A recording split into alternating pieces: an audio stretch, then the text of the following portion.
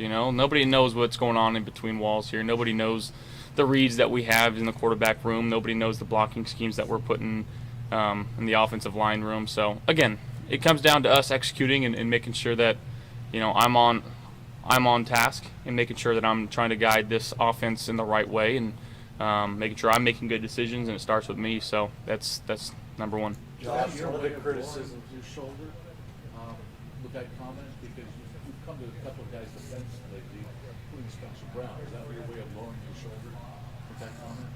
The way you did against the... Oh, no, I was just looking out for my guy. He's looked out for me a lot. So. Josh, you said you're going to have a detailed week. What does that mean for you? Just making sure that we're locking in on the little things that maybe we've gotten away from,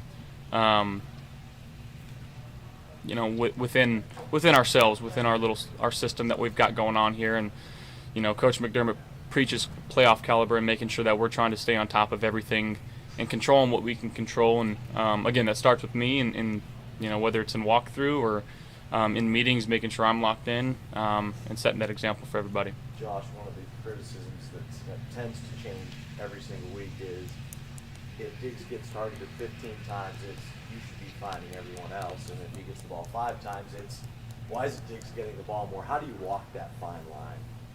Well, we're going to try to throw it to the open guy, and that's whoever it is. If you know, it's no secret, Diggs is arguably the best receiver in the game right now. He's first read in a lot of our concepts because of who he is as a player. If he's open, he's going to get the ball.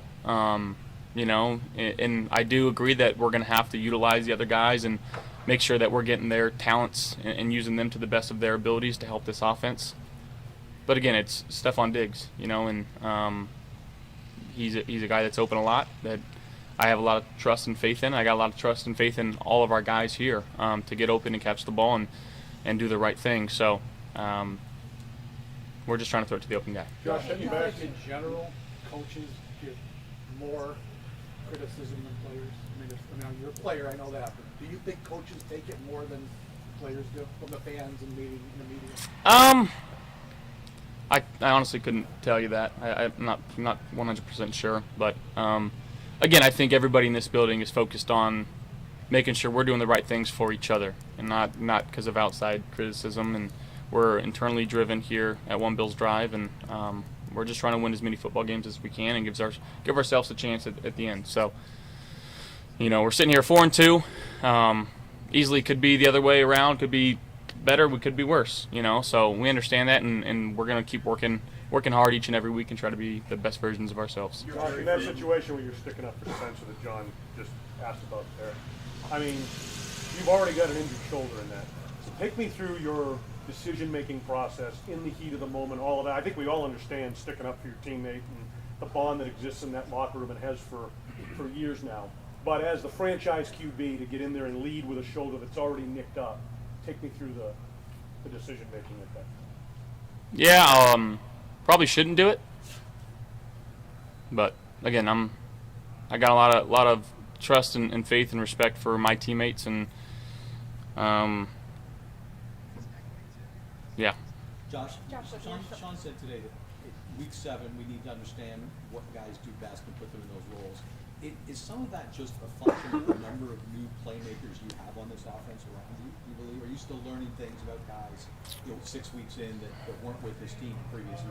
Yeah, I mean, I think to fully know somebody, it takes a while to know somebody's body language and their thoughts, and to be able to have these conversations, you know, about live game reps. You need those game reps to have these hard conversations of like, hey, I need you here. Your body language was saying this to me. So it takes a lot of live reps to understand that. And again, we're going to continue to get better as we go. We understand that. And again, we're just trying to communicate and be the best versions of ourselves. You're very familiar with. To clarify on your shoulder moving forward, Sean had mentioned soreness earlier in the week. Is it more of like a pain management deal, or is it more preventative risk management? I would put it in the pain management, but you know, it's feeling pretty good. You're obviously familiar with the New England defense. Just they got some versatile pieces like Duggar. Just what do you see from them and the challenge? Yeah, I mean they do a lot of switching up their personnel. A lot of guys that are smart and can play different positions. Obviously, getting J.C. Jackson back, who was there for a while and played really well in that system. So making sure we're okay with that. Uche's been rushing the quarterback really well, so we're gonna make sure we have a plan for him. But they switch it up, man. There's no single thing that you can expect from them to do. You know, it seems like every game is a different game plan designed specifically for a different quarterback and a different offense. So it's going to be a fill-out process early on, and you know, we're going to have our assumptions of what they're going to do. But to be honest, we're not sure until we get into the game and see their specific game plan of what they want to do against us. So just making sure that we're sticking to our base rules and our protection and our concepts, and again, just trying to find the open guy. Josh, you've been one of the best quarterbacks against the blitz this season. What about this offense's construction do you think enables that? I mean, I think, you know, our hot routes designed for that, and again, I think just the ability to keep plays alive, and our guys are smart enough to find windows in the defense. You know, it's hard to cover for a long period of time. So if they don't get to me, you know, it's gives our guys opportunities down the field to make some plays. You guys have the question. Two more. When you got here, the questions were all about how does this team get over the hump in beating New England? Those questions have been gone for quite some time. Curious about that, or it's like it just? I think some of the guys are getting sick of being asked those questions, and now they're no longer there. I mean, you know, at the end of the day, it's the National Football League.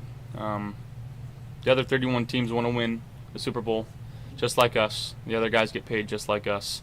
And it's no easy task to win in this league consistently. It really isn't. Everybody's got a new game plan. Every week is a different week. Every situation you find yourself in, it seems to be different. So we're just trying to trust in the leadership that we got here and keep finding ways to win football games. You guys are second in the league in red zone efficiency. What has made you so good this season when you get inside the 20? Yeah, I think we're running the ball well down there, and I think the passes that we have in have been good concepts, and just making good decisions. Guys are getting open and catching the ball.